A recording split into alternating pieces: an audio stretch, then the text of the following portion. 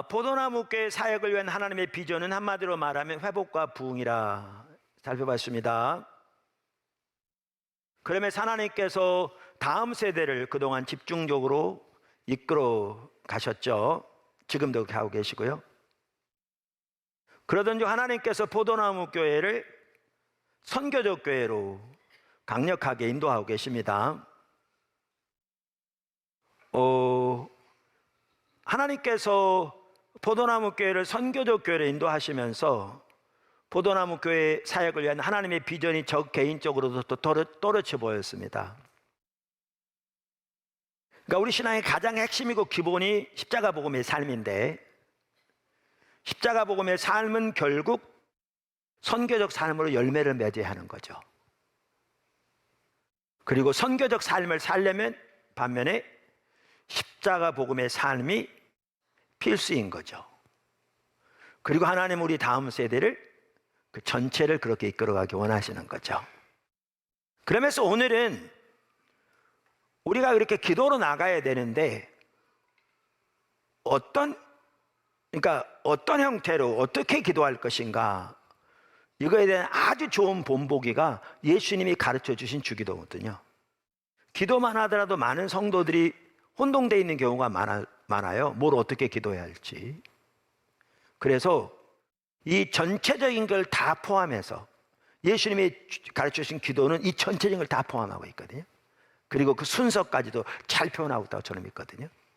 그래서 예수님이 가르쳐 주신 주기도라고 말하는 주기도를 통해서 우리가 개인의 기도에서 또 이렇게 모여서 이사야 62 기도회 등 하나님을 찾는 기도에서 어떻게 기도할 것인가를 배우기 원합니다.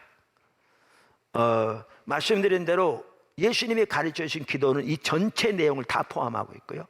그 순서만 하더라도 매우 잘 정리하고 있다고 저는 확신합니다. 자, 첫째, 하나님 아버지께 나가는 것을 기억하라. 그러니까 우리가 하나님께 기도로 나갈 때 반드시 기억하고 나가야 할 것이 바로 이 부분입니다. 우리는 아버지께 나가는 것을 기억해야 합니다. 예수님께서 이렇게 기도하라 그러면서 하늘에 계신 우리 아버지여 라고 기도하라고 시작하셨거든요. 우리가 기도로 하나님께 나아가는데 그분은 하늘에 계신 하나님이십니다. 다시 말해서 그분은 초월적인 하나님이십니다.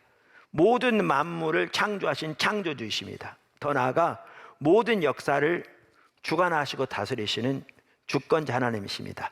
그런데 그분이 우리의 아버지십니다. 둘째, 예배함으로 나가라. 예배함으로 나가라. 예수님께서 이렇게 말씀하셨습니다. 기도하라고 하시면서 가장 먼저 뭐라고 그러셨는가?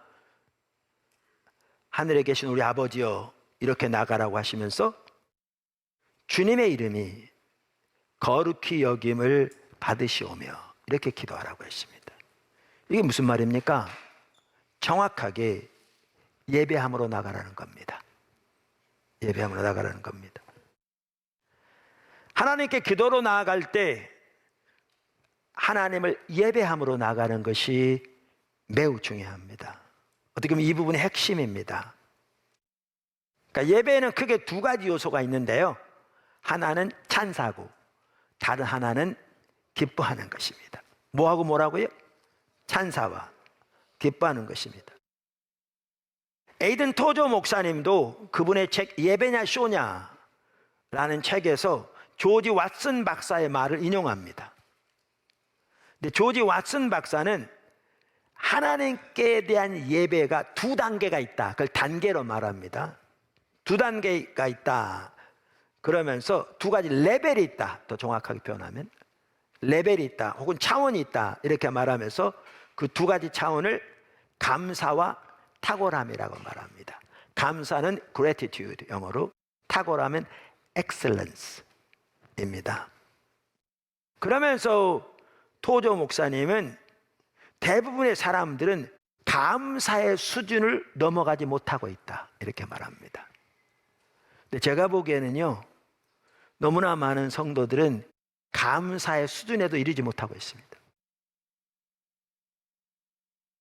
적지 않은 사람들이, 아니 대부분이라고 해도 과언이 아닐 하나님의 백성들이 오늘날 자기가 원하는 것, 자기에게 필요한 것, 자기가 바라는 것이 채워지고 그것이 성취될 때 감사하지, 그렇지 못할 때는 조금도 감사하지 않는 것을 수없이 볼 수 있습니다. 그건 안 믿는 사람도 하는 감사합니다. 성경에는 범사에 감사라고 그랬는데, 그러니까 감사의 수준에도 이르지 못하고 있는 거죠. 그런데 에이든 토조 목사님은 이렇게 말하죠. 아까 그 두 가지 레벨을 언급하면서 대부분의 사람들은 감사의 수준을 넘어가지 못하고 있다. 그러니까 탁월함에 이르지 못한다, 그 말이죠. 그러면서 이렇게 말합니다. 하나님의 탁월함, excellence, 곧 하나님의 모든 하나님 되심을 인하여 하나님의 초월적이고 내재하시는 영광으로 인하여 for his transcendent and immanent glory로 인하여 하나님을 예배하는 사람이 거의 없다는 겁니다. 하나님의 하나님 되심을 인하여 그분의 초월적이고 내재하시는 그 영광을 인하여 그분의 엑셀런스로 인하여 예배하고 기뻐하는 것, 너무나 중요한 예배 요소예요. 여기까지 잘 알아야 돼요. 세 번째, 하나님의 뜻이 이루어지도록 먼저 기도한다. 그러니까 선지자적 기도, 회복과 부흥을 위한 기도가 여기, 부흥을 위한 중보기도가 여기 포함되죠. 자, 예수님이 어떻게 기도하라고 그러셨어요? 우리에게 이렇게 기도하라고 그러셨죠. 나라가 임하시오며 하늘에서, 뜻이 하늘에서 이루어진 것 같이 땅에서도 이루어지리이다. 그러니까 예수님께서 우리에게 기도하라고 하신 그 기도가 하나님의 뜻이 이루어지기를, 그리고 하나님의 통치가, 나라는 말은 하나님의 통치라는 말이거든요. 하나님의 통치가 임하기를 기도하라는 것입니다. 이 부분이 바로 제가 말한 선지자적 기도죠. 이사야 62장 6절과 7절에 말하는 선지자적 기도입니다. 제 책 선지자적 기도에 이 부분이 잘 정리되어 있습니다. 몇 년 전에 제가 그 책을 가지고 신학원에서 강의한 적이 있는데, 그때 한 분이 그 예습하면서 수업 듣기 위해서 그 책을 읽으면서 이렇게 눈물을 많이 흘렸다, 그러면서 하나님께 참 많은 은혜를 주셨다고 그러더라고요. 최근에요, 어떤 선교사님이 저한테 그러더라고요. 외국에 섬기는 선교사님인데 그 책을 보셨나 봐요. 저한테 너무나 많은 도움이 됐다고, 큰 하나님의 은혜를 주셨다고 그러더라고요. 하나님과의 관계에서 하나님의 뜻과 목적과 의중을 발견하고 그 하나님의 뜻이 이루어지도록 간절히 구하는 기도, 그것이 선지자적 기도입니다. 선지자적 기도입니다. 그 성경적인 배경이 우리가 잘 아는 이사야서 62장 6절과 7절입니다.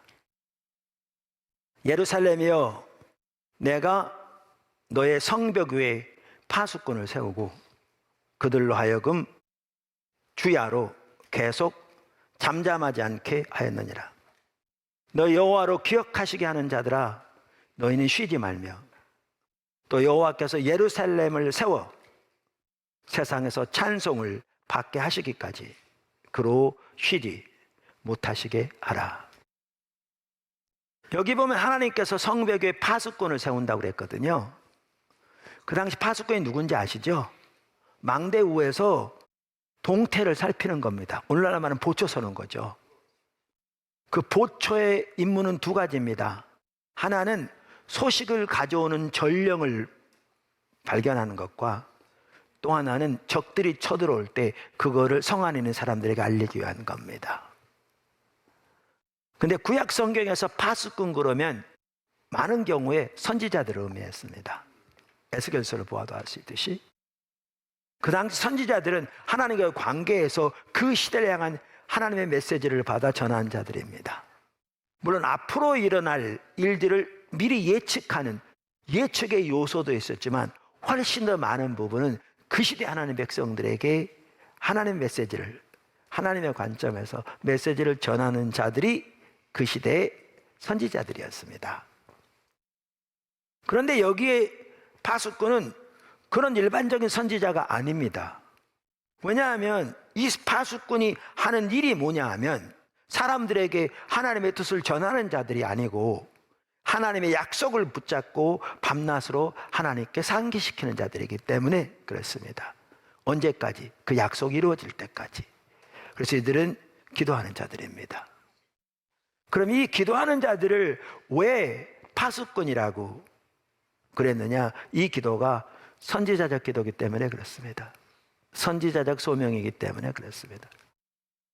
그래서 제가 책을 이렇게 중보판을 내면서 제목을 선지자적 기도라고 이렇게 붙인 겁니다. 그래서 선지자적 기도는 이렇게 하나님과의 친밀한 교제 가운데서 하나님의 목적, 하나님의 뜻을 발견하고 그 시대를 향한 하나님의 계획, 하나님의 의중, 하나님의 뜻을 발견하고 그 뜻이 이루어지도록 하나님께 간절히 기도하는 자들입니다. 그 간절한 기도를 뭐라고 표현했는가? 밤낮으로 쉬지 않고 부르짖는 자들이라고 표현한 거죠. 그러니까 선지자적 기도는 이와 같이 하나님의 뜻을 붙들고 하나님의 뜻이 이루어지도록 하나님께 구하는 기도 전체를 저는 선지자적 기도라고 말하는데요. 예수님께서도 그러셨잖아요. 하나님의 나라가 임하게 하옵소서. 이 말이 뭐예요? 하나님의 통치가, 예수님이 오심으로 하나님 나라가 이 땅에 임했습니다. 하나님의 통치가. 그런데 오늘날만 하더라도 모든 공적 영역, 예를 들면 정치, 경제, 사회, 교육, 법 이런 모든 공적 영역에까지 하나님의 통치가 임하도록, 우리의 삶의 모든 삶의 영역에 하나님의 통치가 임하도록, 그래서 그 모든 영역들 가운데 하나님의 뜻이 이루어지도록 기도하라는 겁니다. 예수님의 기도가, 우리에게 가르쳐준 기도가 그걸 위해 기도하라는 거죠. 그래서 이렇게 선지자적 기도는 광범위하게 하나님의 뜻이 이루어지도록 구하는 기도인데요, 저는 그 선지자의 기도의 한 중요한 부분이 회복과 부흥을 위한 중보기도라고 믿습니다. 회복과 부흥을 위한 중보기도라고 믿습니다. 그러니까 회복과 부흥을 위한 중보기도는 선지자적 기도의 한 부분입니다. 한 부분인데 어떻게 보면 둘을 상호 교환적으로 사용해도 크게 틀리지 않을 만큼 회복과 부흥을 위한 중보기도는 선지자적 기도의 대표적인 하나의 기도라고 볼 수 있습니다. 오늘 본문에서도 그렇습니다. 본문에서도 이렇게 하나님의 뜻을 위해서 기도하라고 그러면서 그 앞에 1절부터 5절까지 보면요, 하나님께서 이스라엘 백성들을 회복시킬 것을 예언하고 계십니다. 이사야 하반부, 즉 40장부터 66장까지 어떤 분은 그걸 또 반으로 또 나누기도 합니다만은 이사야 하반부는 이스라엘 백성들이 나중에 바벨론 포로로 잡혀가 있는 상황을 염두에 두고 쓰여졌습니다. 저는 그렇게 표현합니다. 일부 학자들은 나중에 따로 쓰여졌다고 말합니다만은 복음지 보수지 학자들은 꼭 그렇게 받아들일 필요가 없다. 하나님께서 나중에 포로로 잡혀갈 것을 염두에 두고 쓰게 하셨다. 이렇게 얘기하고요. 저도 그렇게 받아들입니다. 자, 그러면서 그 포로로 잡혀가 있는, 그래서 하나님의 백성들은 이방 나라에서 온갖 조롱과 멸시를 당하는, 뿐만 아니라 하나님께서 유업으로 주신 그 유다 땅은 적들에 의해 짓밟히고 폐허가 되고 황무지가 되어 있는 이 상황에서 이들을 회복시킬 것을 예언하십니다. 1절부터 5절 이렇게 말하죠. 나는 시온의 의가 빛같이 예루살렘의 구원이 횃불같이 나타나도록, 이것이 이스라엘을 향한 더 나아가 신약의 교회를 향한 하나님의 계획입니다. 하나님의 비전입니다. 열방의 빛. 그런데 지금 상태는 그 반대가 되어 있는 거죠. 반대가 되어 있는 거죠. 나타나도록 시온을 위하여 잠잠하지 아니하며 예루살렘을 위하여 쉬지 아니할 것인즉 이방 나라들이 내 공의를 무도왕이 다 내 영광을 볼 것이요 너는 여호와의 입으로 정하실 새 이름으로 일컬음이 될 것이며 너는 또 여호와의 손에 아름다운 관 내 하나님의 손의 왕관이 될 것이라. 다시는 너를 버림받은 자라 부르지 아니하며 다시는 내 땅을 황무지라 부르지 아니하고 오직 너를 헵시바라 하며 내 땅을 뷸라라 하리니 이는 여호와께서 너를 기뻐하실 것이며 내 땅이 결혼한 것처럼 될 것임이라. 마치 청년이 처녀와 결혼함과 같이 내 아들들이 너를 취하겠고 땅으로 다시 돌아올 걸 말하는 겁니다. 신랑이 신부를 기뻐함 같이 네 하나님이 너를 기뻐하시리라. 이 하나님의 놀라운 회복의 약속을 주시고 뭐라고 그러시냐? 아까 6절과 7절에 이 약속이 이루어질 때까지 하나님께 밤낮으로 쉬지 않고 그 약속을 상기시킬 파수꾼을 세우신다고 말씀하고 있는 거죠. 그래서 여기 보면 선지자적 기도 중에 한 핵심이 회복과 부흥을 위한 중보기도입니다. 그러니까 우리가 하나님을 찾되 역대하 7장 14절에 토대로 하나님을 찾아야 한다 이미 살펴봤고요. 거기 한 중요한 부분은 기도인데 기도의 거기의 요소는 우리가 하나님께로 돌이키는 과정에서의 기도를 말한다. 우리가 이미 살펴보았습니다. 그런데 거기에 보면 회복과 부흥을 위한 중보기도도 포함된다 그랬는데 우리 각자가 하나님 앞에 설 때에 깨닫기 위해서도 하나님의 얼굴을 찾기 위해서도 그리고 하나님 앞에 비춰진 대로 우리의 삶에서 그 악한 길에 떠나 하나님의 길로 돌이키기 위해서도 순간순간 하나님의 도움이 필요하고 하나님의 은혜가 없이는 설 수 없기 때문에 절박하게 하나님께 구하는 기도가 우리에게 필요하다고요. 그래서 성경에 보면 기도하고 반복적으로 나오는 거죠. 근데 제가 나누고자 하는 말은 그 말이에요. 이 기도도 우리에게 필요한데 우리는 먼저 저는 이것을 네 번째다 집어넣었거든요. 바로 다음에 일용할 양식을 주옵시고 우리 각자의 필요를 따라 앞에 나아가는 일용할 양식을 주옵시고 여기에 거기 넣었는데 그 전에 우리가 기도할 내용이 있습니다. 예수님께서 말씀하신 것처럼 주님의 나라가 임하며 주님의 뜻이 이루어지기를 위해 기도한 것처럼 회복과 부흥을 위한 중보기도 이 시대를 향한 오늘의 교회를 향한 하나님의 뜻을 붙들고 회복시켜 주시도록 기도하는 기도가 먼저 돼야 한다. 저는 그렇게 확신합니다. 예수님의 기도 속에 다 들었습니다. 다 들었습니다. 로이드 존스 목사님이 부흥이 오는 단계에 대해서 말하면서 여러 차례 나눴습니다. 현실에 대한 인식이 첫 번째 단계다 이렇게 말합니다. 그러면서 그것이 없이는 부흥은 어떤 소망도 없다. 그분의 부흥책 202쪽, 203쪽 제가 읽어보겠습니다. 이렇게 말합니다. 부흥의 첫 번째 단계는 우리가 여기서 보는 것처럼 자기의 처지를 인식하는 것입니다. 몇 줄 띄고 상황의 심각성을 인식하는 것입니다. 하나님께서 말씀하신 것의 의미를 깨닫는 것입니다. 저는 여러분에게 어떤 부흥의 역사든지 교회사에서 일어난 어떤 위대한 영적 운동에 대한 기록이든지 다 읽어보라고 촉구하는 바입니다. 참고로 로이드 존스 목사님은 이 부분에 연구를 많이 한 분입니다. 그래서 그분의 책도 두껍게 따로 쓰기도 했고요. 그러면 한 번도 예외 없이 언제나 그러한 일이 일어날 것임을 즉시 발견할 것입니다. 오늘날 그런 것이 어느 정도 있기까지는 참된 부흥의 소망이 전혀 없습니다. 그게 무슨 말이냐? 다른 곳에서 이렇게 얘기합니다. 이 책은 그 119쪽에 있는데 같은 책 이렇게 말합니다. 그러나 우리가 주님 자신을 추구하는 데는 어떠합니까? 하나님, 주 예수 그리스도, 성령의 임재가 우리 삶 속에 나타나는 것, 그것이 참된 기독교입니다. 부흥 시에 언제나 하나님께 사용됐던 사람들은 바로 그것을 추구했습니다. 여러분은 그것을 위해 제 말을 들을 필요가 없을 정도입니다. 언제나 부흥의 예비 단계들이 있기 마련입니다. 크게 사용됐던 사람들은 자기들이 라오디게아 사람들과 같다고 느꼈습니다. 우리는 아무것도 없다, 우리는 얼마나 벌거벗었는가 라고 말입니다. 그들은 그분에게, 예수님에게, 그 말이죠, 하나님에게 나아가고 그분을 찾습니다. 그러니까 이 말은 하나님의 부흥을 예비했던 사람들이 아니라고 나타하고,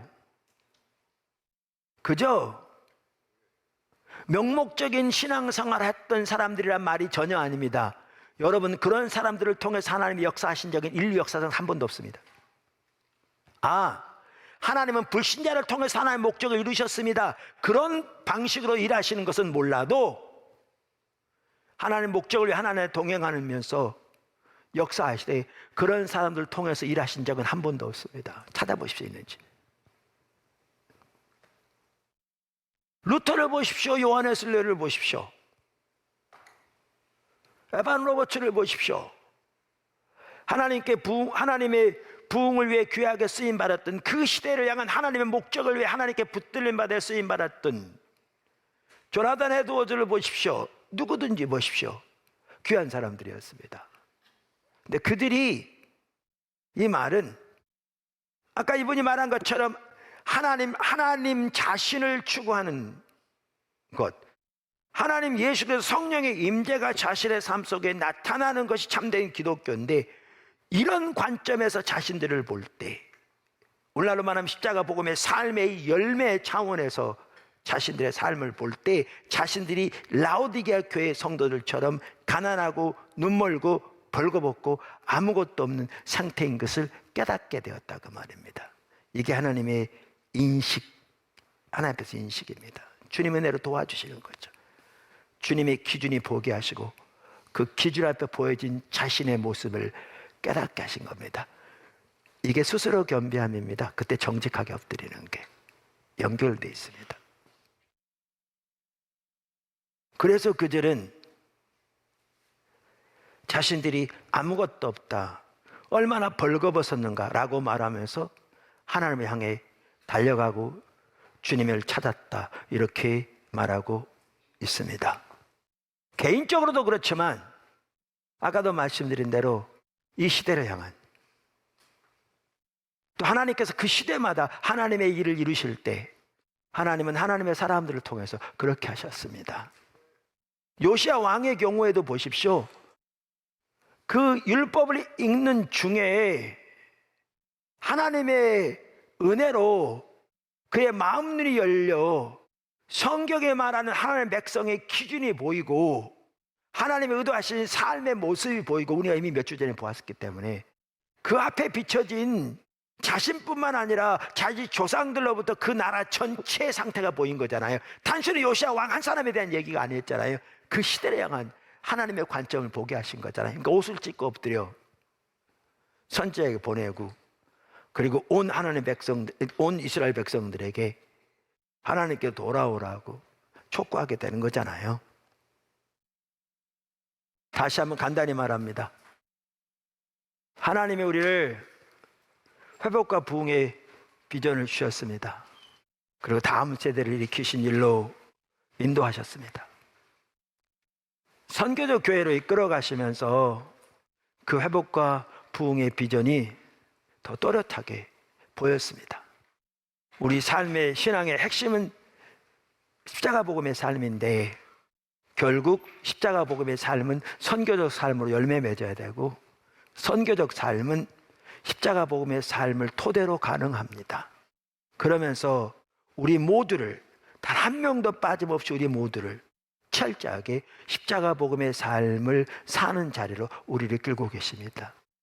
저와 여러분 모두 우리가 그렇게 기도로 설 수 있기를, 그렇게 하나님 찾아설 수 있기를, 십자가 몸의 삶을 사는 자리로 모두가 서기를, 그리고 선교적 삶으로 우리 삶의 모든 영역에서 섬김으로 나아갈 수 있게 되기를 주님으로 축원합니다.